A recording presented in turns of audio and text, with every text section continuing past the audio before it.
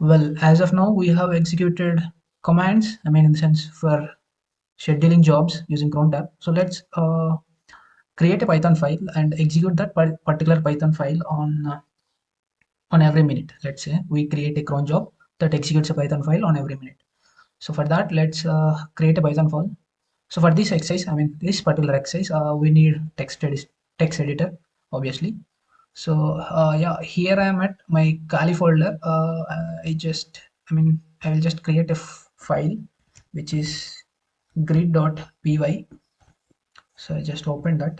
Let's write a simple function which returns greeting. So for that, we'll just use time. For that, let me import from date time. Where it is, import date time. Let's create a function which says greet and takes no inputs. Okay, let's create an object now which is date time dot now. See the this returns what is the current time in a particular format. So let's alter that format. Let's use time stamp and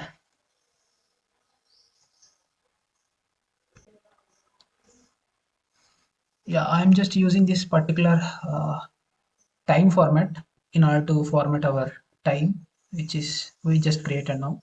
So time equals to now dot, in order to apply this time format for particular time. So use strf, sorry, it's now dot strf time and give our time stamp. So yeah, with that, let's return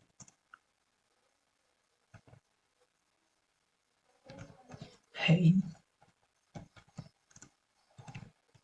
it's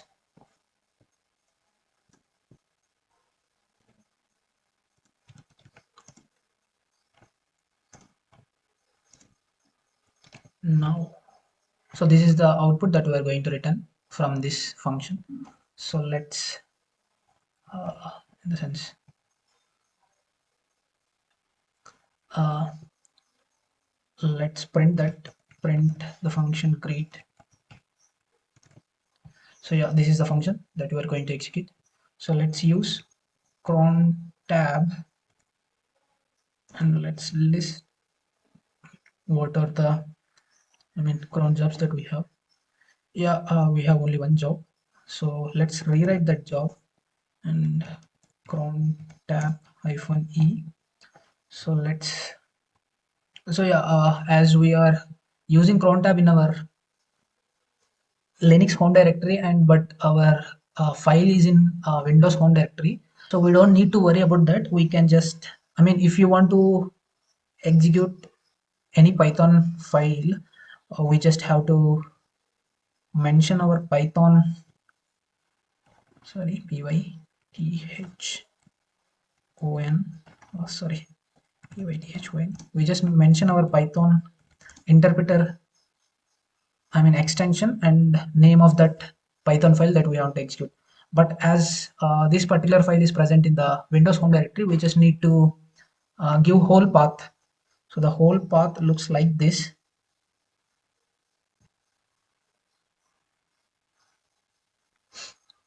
Yeah, this is the path of that particular file, and the folder where the file is present, and we just need to give the file name create.py. So with this command, we just executed our, this is the command that we need to, we want to execute our Python file. We just need to mention our Python interpreter, with extension and followed by the Python file path. So we need our output to be present in redirected to tpt.txt file. So let's commit the changes by control X, control Y, and enter. So yeah, you can see cron tab installation, new cron tab. So let's look whether our job is saved or not. Yeah, you can see the.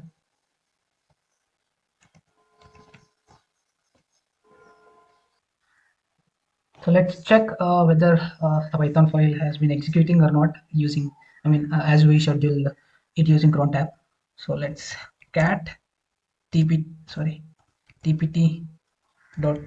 in order to check for the results. So yeah, here you can see that, hey, it's 11:54 now. In the sense that is what the output that we want to return, right? Hey, it's time and now.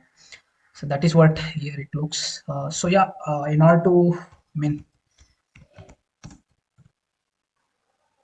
you can just use it. So yeah, in order to execute a Python file, you can just specify the interpreter and path of the file, and that executes a Python file. So we need to redirect the output from the execution of Python file into tpt.txt. Yeah, this is how you schedule and also you execute a Python file and redirect the outputs.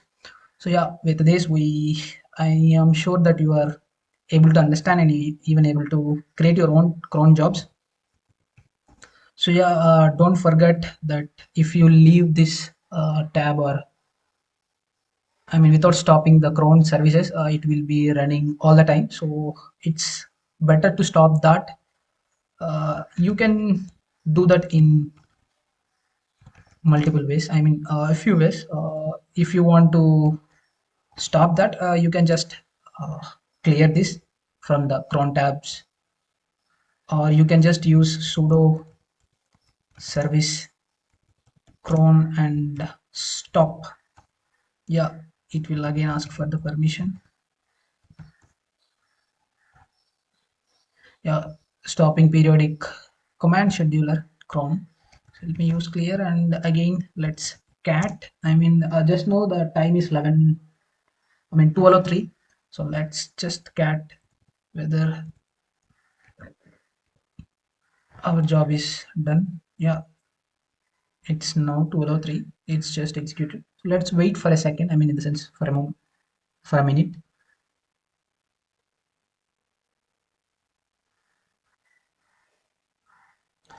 Yeah, now time is 12:04. So let's again cat tpt.txt.